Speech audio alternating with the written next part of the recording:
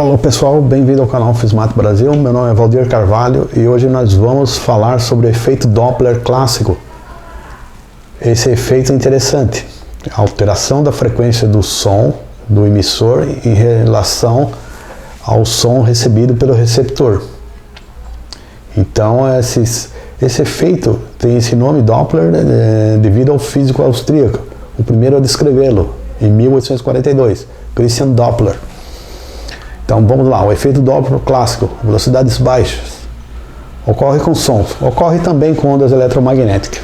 Eu tenho um vídeo sobre o efeito Doppler relativístico, sobre ondas eletromagnéticas.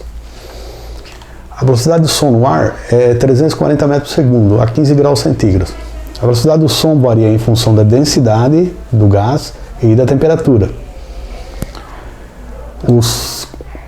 O efeito, quando o Doppler descreveu esse efeito, uma coisa interessante é que o emissor do som, né, tem uma frequência. E quando ele está afastando do receptor, a frequência diminui. E quando ele está aproximando, a frequência aumenta. A intuição, imagina como se fosse uma onda eletromagnética sonoidal. Se você afasta essa onda, ela estica, então o comprimento de onda aumenta, a frequência diminui. E se você aproxima esse emissor de som como se fosse uma onda senoidal, ela comprime, então quando ela aproxima do receptor, a frequência aumenta e o comprimento de onda diminui. Essa é a intuição. A intuição ajuda muito a entender os fenômenos físicos.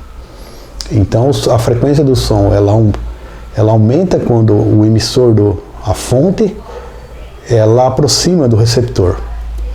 E ela diminui quando afasta, né? Então a intuição ajuda muito. Aqui está um desenho, né?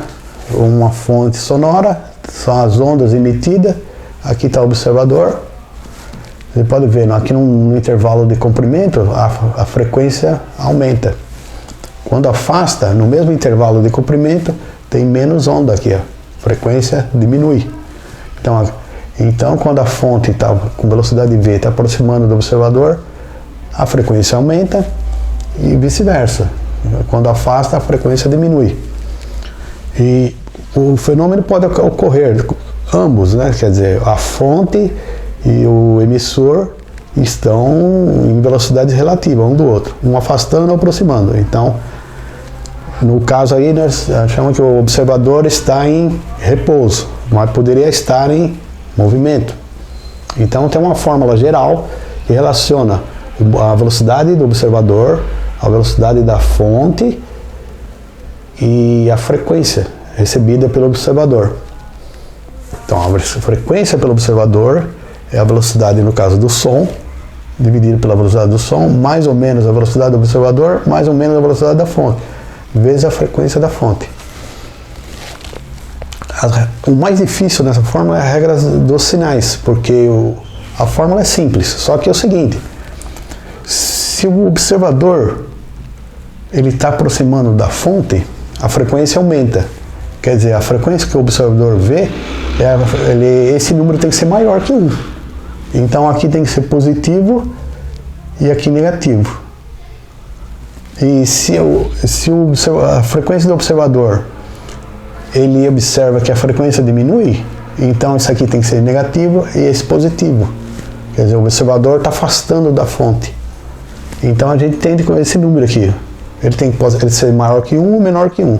Se for igual a 1, a fonte e o observador estão relativamente com a mesma velocidade um do outro. Estão parados, relativamente parados. Então, analisando esse coeficiente, fica fácil entender as regras dos sinais. Isso que é o mais difícil. Quando está aproximando, a frequência aumenta, então esse número aqui tem que ser maior que esse aqui. O numerador maior que o numerador. Então é positivo aqui e negativo aqui. Contrário, quando está afastando, esse aqui tem que ser negativo e esse tem positivo. Afastando, a frequência menor, diminui. Então, esse número que está aqui tem que ser menor que 1. Fica fácil entender a fórmula, usando a intuição, de que decorar regras de sinais. Né? Exemplo, uma ambulância se afasta de um referencial a 10 metros por segundo. e um observador também se afasta a 5 metros por segundo do referencial. A sirene da ambulância é 2.500 Hz. Qual a frequência observada pelo observador? Está aqui o desenho. A ambulância está afastando a 10 metros por segundo, o observador a 5 metros por segundo do referencial. A pergunta é, o observador, a ambulância emite um som a 2.500 Hz, qual a frequência que o observador vai notar? Na intuição vai ser menor, por quê? Está afastando, ó. O observador está afastando do referencial, esse aqui também está afastando. Então a frequência, o resultado tem que ser menor. A frequência vai diminuir. A intuição diz que sim. Então o que a gente tem que usar a fórmula? Sendo a velocidade do som admitindo 340 metros por segundo, né? Como afastamento, usamos menos lá no numerador e mais no denominador. Aí, ó. Tá vendo a regra do sinal? Porque aí tem que ser menor, esse número tem que ser menor que 1. Aqui é menos, aqui é mais. Substituindo, ó, 340 menos 5, 340 mais 10, vai multiplicado por 2.500, dá aproximadamente 2.392,9 Hz, menor. Se fosse o contrário, se ambos estivessem aproximando, aqui seria mais, aqui seria menos. Daria a frequência maior. Conclusão, a frequência diminuiu como previsto, usando a intuição. Aplicações, o efeito Doppler tem aplicações inúmeras. Na medicina tem o ultrassom com Doppler, né, mede velocidade de sangue, de fluxo sanguíneo no coração. Tem também ultrassom usado para diversas, na obstetrícia, né, para analisar o feto, Doppler. Tem radar portátil para aplicar multas no trânsito, né? E tem um radar militar, né, para detectar a velocidade de aviões.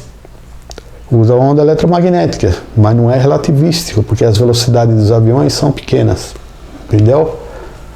O relativístico, eu tenho um vídeo calculando as velocidades de estrelas e galáxias. Então, para ondas eletromagnéticas é o efeito Doppler relativístico. Eu tenho um vídeo sobre isso. Calcular a velocidade de estrelas e de galáxias, afastando de nós. Conclusão, o efeito Doppler, ele é útil, ele é interessante, tem inúmeras aplicações, tanto na tecnologia como na astronomia. E assim, foi descoberto no século XIX por um físico, Christian Doppler, né?